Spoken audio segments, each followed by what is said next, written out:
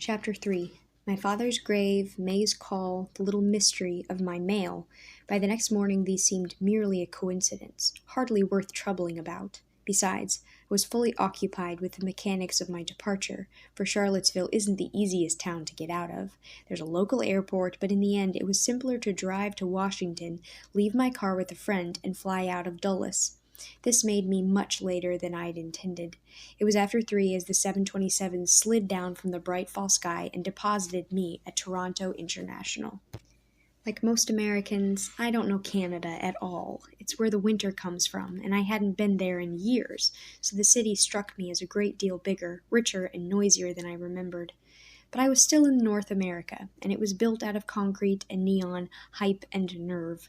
On the radio, the helicopter traffic eye described the traffic jam we were caught in. From the front seat, the cabbie explained why he preferred Orlando to St. Petersburg for his winter vacation, and beside me, discarded and already starting to fade, the Toronto Sun's sunshine girl burst innocently forth from her bikini. Looking out the window, I watched the cars, people, and money roll by. May lived downtown, in an area the cabbie called Kensington Market. I had him drop me at the edge of it and walked a little, passing through crowded streets jammed with stalls selling everything from lobsters to African beads. This was obviously an old immigrant district. The Jews had gone decades ago, leaving behind a couple of restaurants and a boarded-up synagogue. Most of the shouting around me was in Portuguese and Italian, and even the Italians and the Portuguese I suspected were on their way out.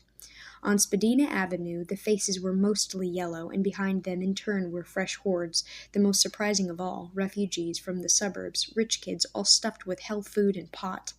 On May Street, the signs were everywhere, exotic plants dangling in windows, workmen offloading drywall, young matrons pushing wicker prams down the street. Today, this was a slum in transition. 5 years from now, it would be a chic address for young marrieds, which, it occurred to me, was just the sort of investment a rich man might make for his daughter. I went up to the door and rang the bell. No answer. I waited a moment, then, setting down my bag, I walked around to the side of the house. There was a lane here, with an orange Volkswagen Beetle parked halfway up it, the only car May ever drove, and a board fence down one side. Peering over this, I could look into her garden. It was very long and narrow.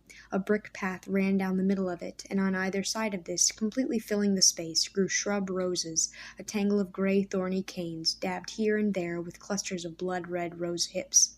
It was now after 4, and the day was fading fast, but a patch of wan sunlight had found its way between the surrounding houses and sheds. Peering into this halo, I could see May halfway along the path, squatting with her back to me, her long reddish-blonde hair cascaded over a blue wool poncho, which, in turn, was worn over an ankle-length burgundy dress. Squatting as she was, she'd pushed the dress between her legs, making a basket of her lap, and was filling it with dead canes as she worked. Her secateurs snapped, then she duck-walked ahead. I was about to call out to her, but something held me back, and I watched her in silence. May had always possessed a mysterious quality. It had been part of her attraction, and now, as I felt it touch me again, I thought I understood what it was. The garden, in the strange autumn light, was like an old photograph, faded, cracked, creased, all bent at the corners. A long-ago photograph of girls in large bonnets, whose eyes are forever lost in shadow as they squint into the sun. That was May's quality, I thought. She didn't quite belong to this time, but now she stood up, holding her dress in front of her. She walked back down the path toward a weather-beaten shed at the back where she spilled the cuttings onto a compost heap. When she turned around, she saw me. A shadow, quizzical and anxious, fell across her face, but then she smiled. Robert. I just arrived. Should I go around to the front, or can I get in here? Bustling forward, she showed me where 2 boards had been hinged to make a gate, and I stepped into the garden. Then she took both my hands in hers, and we kissed, just a sociable brush of her lips on my cheek. But then, with a sigh that was almost a groan, she fell against me, and I held her. "Thank God you've come," she whispered. "You're sure you don't mind? I was afraid—" "Of course I don't mind." With a shudder, she started to cry, pressing her face into my shoulder. I squeezed her against me, but it was odd, holding her. I felt completely alone, as if there was something false in her tears.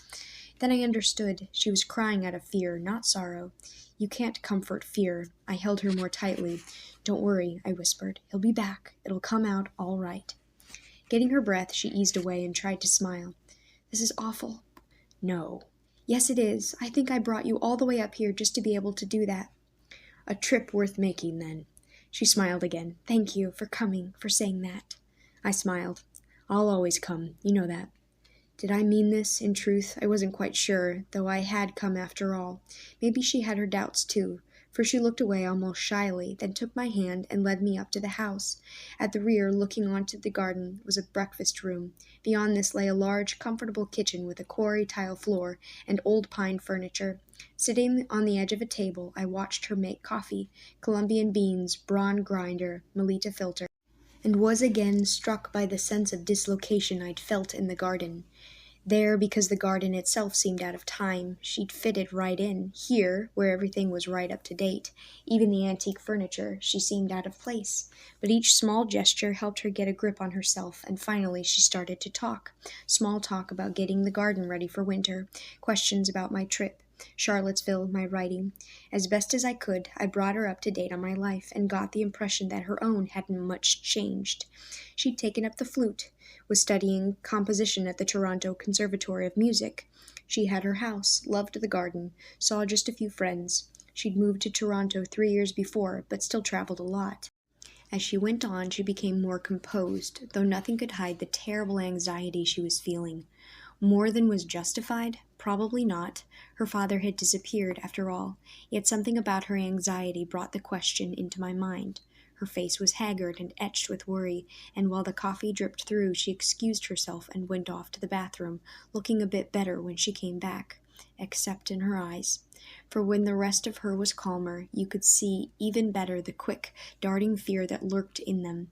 But perhaps this wasn't really surprising. I reminded myself that it had been going on for 10 days. In any case, when we were sitting and quiet, with second cups of coffee in front of us, I said, "Do you think you can tell me what happened?" She lifted her cup, then set it down. "There's not much to tell. It was the police who found out, actually. On Saturday, around 3 in the morning, a squad car drove past my father's place and saw that the door was open, standing open. It almost looked deliberate, they said. One of the patrolmen rang the bell, but there was no answer. So we went inside. No one was there. They waited around, but after 20 minutes or so they sent in a report on their radio and locked the door. An hour later they came back, but there was still no answer, so they sent another car in the morning. A neighbor gave them my name." "This was Saturday, the 18th? She nodded. "But I suppose he left during the day, on Friday. I don't think it was Thursday because I spoke to him then." "And nothing seemed wrong?" "No, not really. It's hard to say, when you look back." "Yes, but once you knew, what happened then?" "The police made their checks. They were serious to begin with because they knew he was wealthy, and I started calling his friends, but no one had seen him or heard from him. He wasn't in hospital. He wasn't dead in the morgue. Her voice trailed away. She'd been in control of herself, but all at once she was right on the edge. I tried to keep my tongue neutral. "Were there no signs that he'd gone on a trip? Clothes missing? Luggage?" "The police made me check, but I couldn't be sure. The basement is full of old luggage. He could have taken a couple of suitcases and I wouldn't know. I'm not really sure what clothes he owns." "Does he drive a car?" She nodded. "He doesn't use it much anymore, but it was in the garage. The police said it probably hadn't been driven for weeks." She closed her eyes for a second. "I've been all through this, Robert. It's useless. There have been no strange withdrawals from his bank. American Express say he hasn't used his card. There's just no sign of him at all." I leaned back, then pushed my chair away from the table. I suppose, knowing she wasn't going to like what I had to say next, I wanted to put a little distance between us. Then I went on. "All right, I accept that he's missing. At the very least, he's been damned inconsiderate. But then old men sometimes are, you know. What I don't see is suicide. He was wealthy. His health? It was still good?" "Yes." "No one's found his body?" "That doesn't mean anything." "There's been no note?" "But that doesn't mean anything either." "Not definitely, I suppose, but it's hard to disprove a negative. Until he comes back, you have to say that suicide is a possibility, but it doesn't seem very likely." She hesitated, glancing down, then looking up. "I told you I had a reason." "Yes, something to do with your being adopted?" She began to speak, but then stopped herself and reached out for her cigarettes.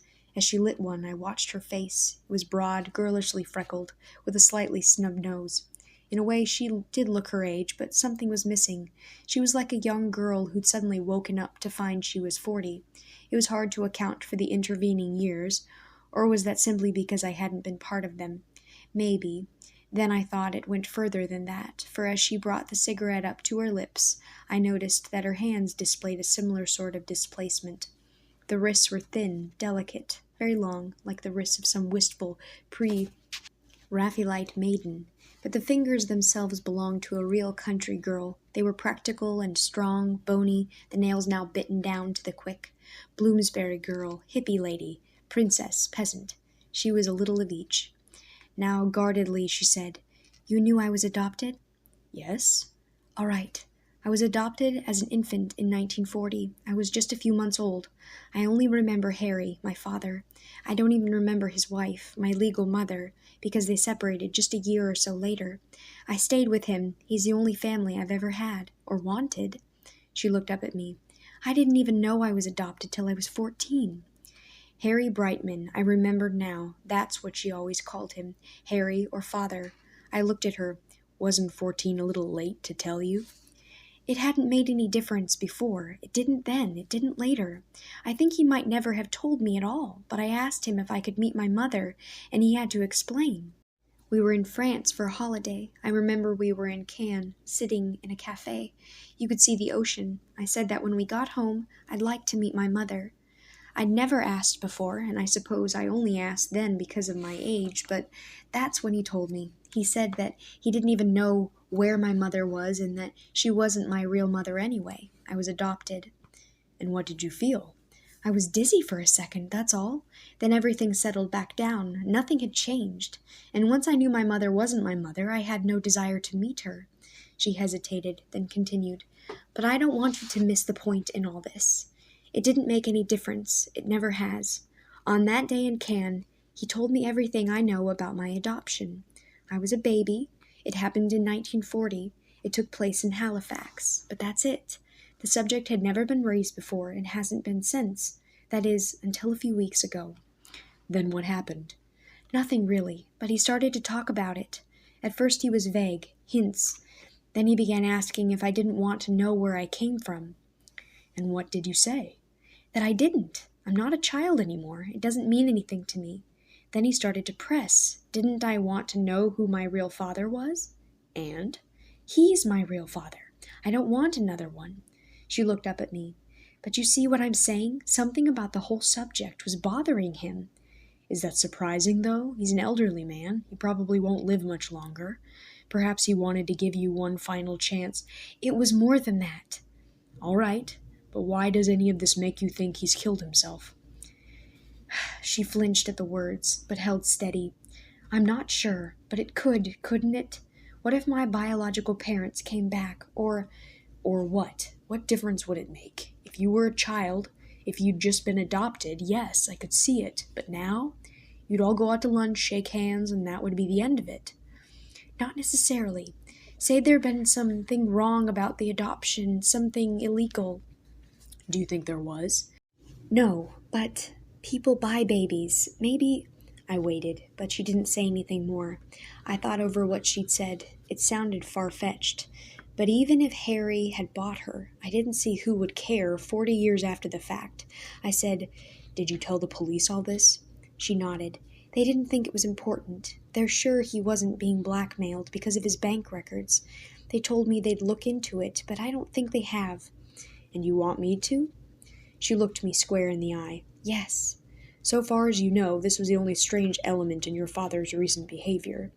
"Yes, it's the only thing I can think of." "All right, then. I'll do it. I don't promise much.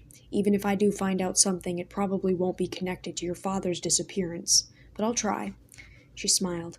"Bless you, Robert. I knew you would." I squeezed her hand. "Remember, no promises." She smiled and nodded, and then, after the strain of all this, I sensed a certain embarrassment come over her. So I said, "I just thought of something. I left my bag on your front porch." She laughed. "Don't worry, the neighbors are honest. Go and get it, then I'll show you your room." She led me up to a bedroom on the second floor, and after taking a shower, I stretched out on the bed and began to think, though more about May than her father. So far as she was concerned, I had few worries. Harry Brightman, I was willing to bet, was pursuing an old man's folly, chasing a woman whose existence he'd been too embarrassed to admit, especially to his daughter. May's adoption, the possibility of suicide, buying babies, all that had nothing to do with it. The police, I suspected, had also reached this conclusion, and in fact, I could only see one point contradicting it: May's fear itself. She was genuinely upset. There was no doubt about that, and she wasn't the sort to cry wolf. On the contrary, self-sufficiency had always been one of her hallmarks, so that her call for help now was ample testimony to the devotion she felt towards her father. Should I be surprised at such feelings? Did I have a right to be? Hardly. If May was dominated by her father, in life I had lived far more completely under the influence of my own father's death. I lay still, listening. Beyond the window, the day was already darkening, and sounds from the street were hushed and remote. The house was silent. I listened to it. Like all silence, it had its own timbre, and this was gray, cold, strained in some fashion, and as I tried to define what this quality was, my mind slipped back to the afternoon in the rose garden, all enclosed, with May's kneeling figure trapped in that high, wan halo of light. The silence of a nunnery, that's what now came into my mind, and I wondered whether that might be true, that some devotion I'd never known about had locked her away from me, that she'd used me to try to break its grip and failed, making her the victim in a tragedy that dwarfed my own. Or, on the other hand, my mind now began racing. Maybe such thoughts were just pure projection. God knows I've been called a monk often enough, and more than one woman has complained that she felt, with me, that she was competing against some ghostly presence, all the more powerful for being invisible. Perhaps that was the answer, for now a memory came back. It was a memory of our last night, the last time we'd made love. May had returned from seeing her father, but she still hadn't told me that she'd changed her mind. Her passion had been fierce that night, almost desperate. Later I'd assumed that she was trying to console me, offering one final gift. Now I wondered, might she not have been giving me a last chance to woo her away? Perhaps I'd been struggling that night with an invisible protagonist of my own, May's father and her love for him, and when I'd lost for both of us. But I stopped myself there. This must be projection. Besides, it didn't make any difference. All of us, ancient combatants or not, were long dead. Today I was merely a stand-in for that long-ago actor, and my role was a mere formality. Hold hands, murmur soothing words, wait for Harry to return with his tail between his legs, on which note I drifted off to sleep. I didn't sleep long, but when I woke, it was completely dark outside my window. I pulled myself together and dressed. May was downstairs and smiled as I came into the room, though I think we both felt a little awkward now. I was wondering if you'd fallen asleep, she said. I did for a while, and I've woken up starving. Why don't we get something to eat? I'll make something. Let's go out. On the way over here, I thought I saw a Jewish restaurant, if they make a good borscht. We put on our coats. The night was cool, with a wind, but the restaurant was just around the corner. It was just one of those old-fashioned Jewish restaurants with a counter at the front where ancient men drink tea with lemon, read the Jewish foreword, and pick their teeth. In back, there were cheap tables, chunky waitresses, and excellent food. I had decided I wasn't going to raise the one obvious subject, but then May herself brought it up. As I dunked a piece of potato into my soup, she said, "This is like Russian food, isn't it?" Some Jewish cooking is, but this is more Polish, which has always struck me as funny.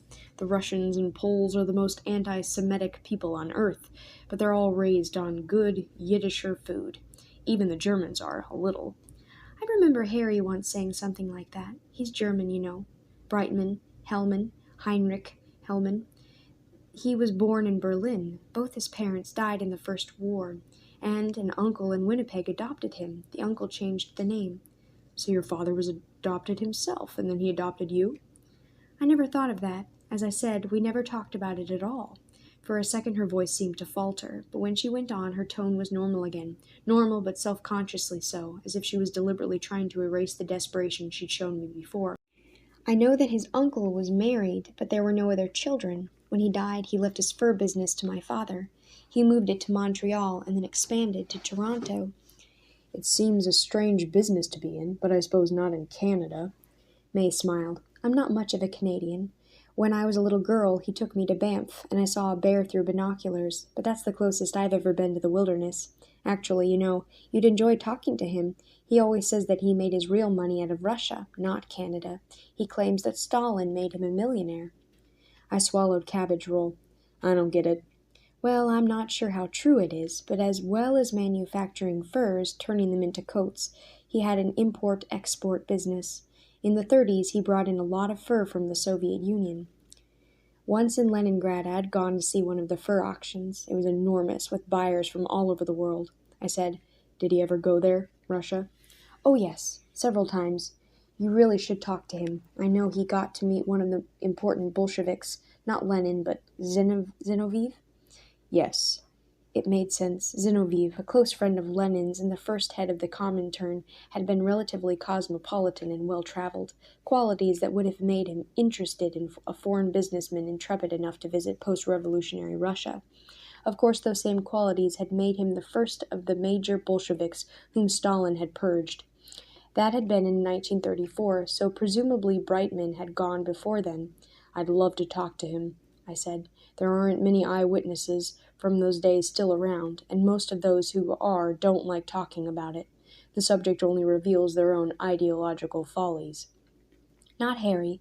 He was only interested in money and made no bones about it, which he always claimed the Russians appreciated. For the first time I was feeling a glimmer of interest about this man, and suddenly an image of him flashed before my eyes. It had to be pure invention, since I'd never seen him, but it was very vivid just the same. A street market, stalls, a big, bulky figure wrapped up in a long beaver coat and a large fur hat, his face turning away from me. I said, "I take it that his business was really his life." She hesitated. "I'm not sure, but no, it wasn't. He sold out about 15 years ago, and he's been happy since. He travels a lot. I get that from him. He loves art and collects it. Lino cuts, wood cuts, that sort of thing. And there's me. He's very devoted to me. He always has been. That's why I know." Up to this point, talking about her father objectively, she'd been under control. Now her features started to crumple, and she worked to get a grip on herself. As deftly as possible, I steered the conversation away. We finished eating, but when we were done, it was still only 10. I didn't want to go back to the house where we'd have to talk some more, so I suggested we walk. After my sleep, I wasn't tired anyway. May explained the city to me. The streets ran north-south, east-west, on a grid. We headed up Spadina, a broad, barren, windy street, then turned east along Bloor. This was obviously a main drag. Even in the cold, there were lots of people about, hurrying east toward the bright lights in the distance. That was Yonge Street, May said. Across the road, she pointed out some of the University of Toronto buildings, including the Conservatory of Music, all built in magnificent Victorian Gothic granite. We continued along in silence, but as we came up to a corner, May pointed down a side street. "He lives just up there. Harry, I mean." "Can we look?" "All right, it's not far." Almost at once, only a few blocks from the center of the city, we were in a solid old residential neighborhood. This was definitely not Poverty Row. The houses were large Edwardian structures, reposing on generous lawns in the shelter of huge maples and elms, while the curb was lined with BMWs, Mercedes, and good sensible Volvos. A man passed us, a tense smile on his face. He was being tugged along by a pint-sized dachshund. After 5 minutes, I wasn't sure where I was, but then May stopped under a streetlight and pointed across the road. "That's the house, behind the fence." The fence was low, wrought iron with a gate. A tall hedge grew behind it, a black mass of shadow, and an immense elm dominated the lawn. The house was dark, almost lost behind the tree, but was plainly very large, 3 stories plus a garret, with a jagged range of peaks, gables, and turrets running across its roof. It might have had an ominous, haunted house look except for its substance. It was too solid for ghosts. May said, "It's too big for him. He's always saying so, but he can't bring himself to move." "Can we go in?" She looked nervous. "I'd rather not. I spent one night there, the first night hoping he'd come back, but then I couldn't stand it. I was too frightened." "Are you collecting his mail?" "No. I suppose it still comes." "Let me get in, then. Do you have a key?" She didn't want me to. I could see that, but I just stood there, and after a moment she fished a key out of her purse, and I crossed the road. The gate opened with a squeak, and I went up a stone walk to the door. This was large, glossy, black, and wore a knocker appropriate to a fur dealer. A brass snowshoe wrapped a fox on the nose.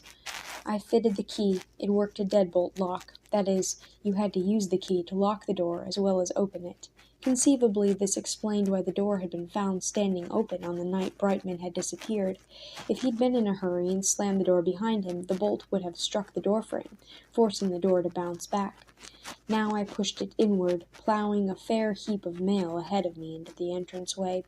Then I stood, a moment, inhaling that special smell of rich house, waxed wood, polish, wool carpet, cleanliness.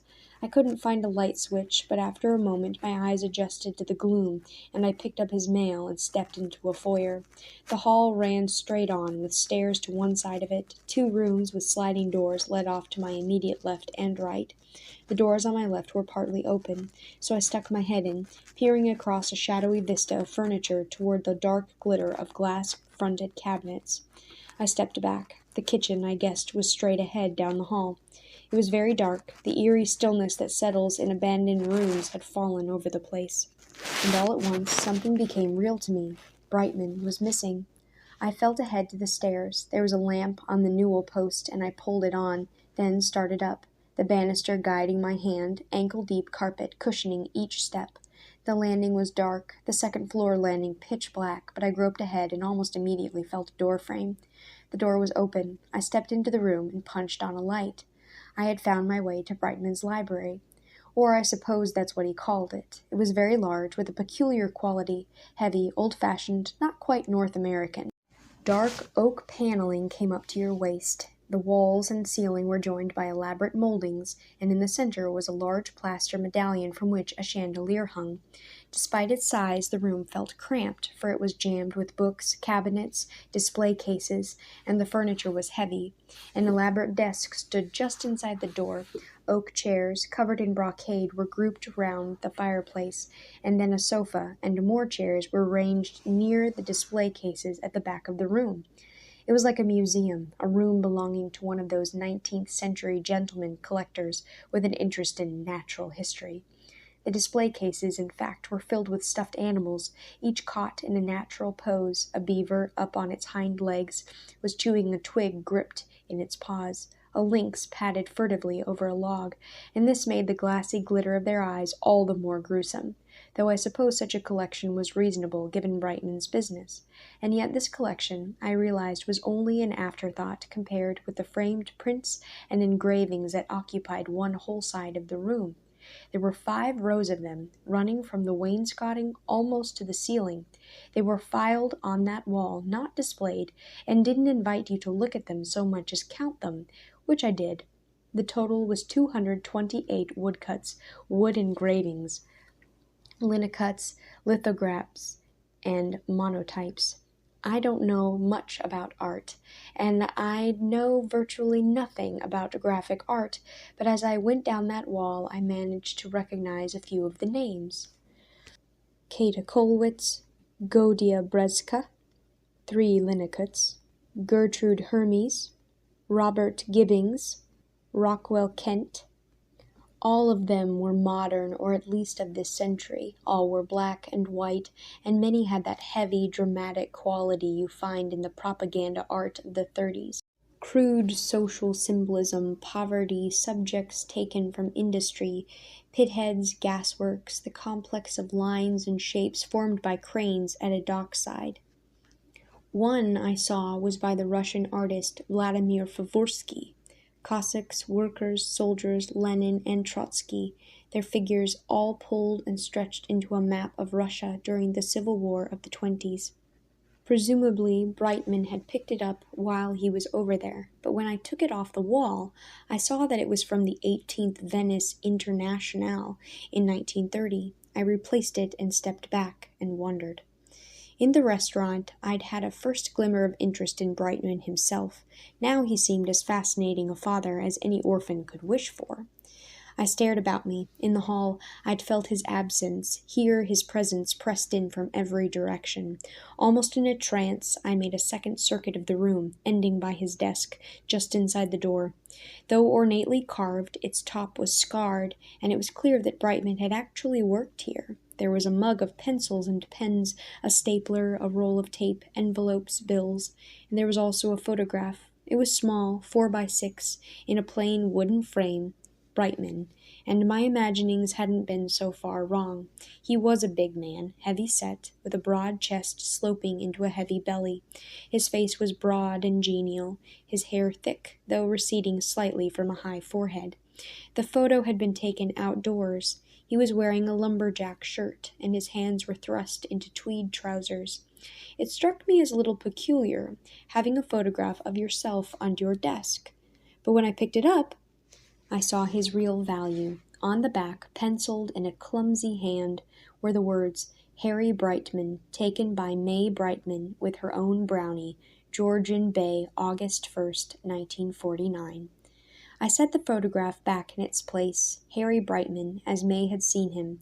But who was he? What sort of man had lived and breathed in this room, and why had he left it? For the first time, it occurred to me that the answer to this question might be more interesting than I'd assumed.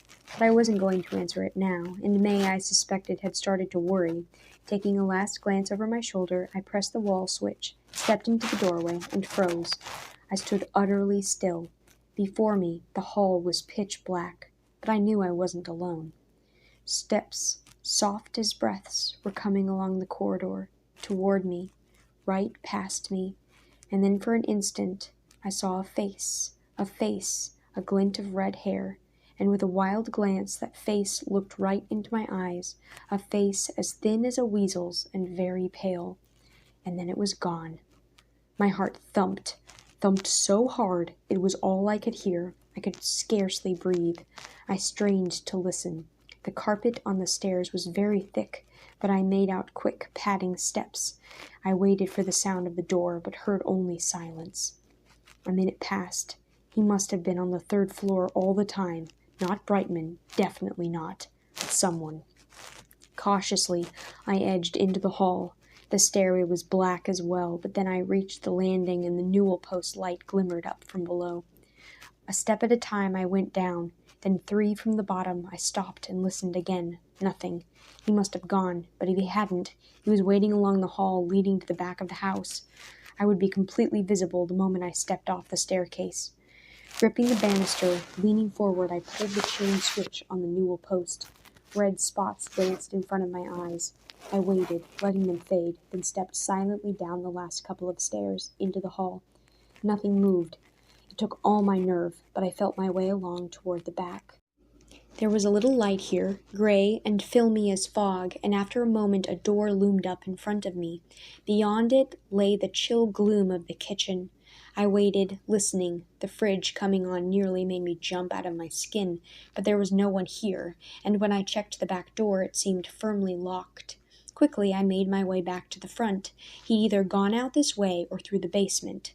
I opened the door, stepped into the night, but then stopped. I looked over my shoulder, realizing I'd forgotten the deadbolt. Striking the door frame, it had bounced the door open, and now it swung in the wind, creaking a little, just as it must have done on the night Harry Brightman had gone.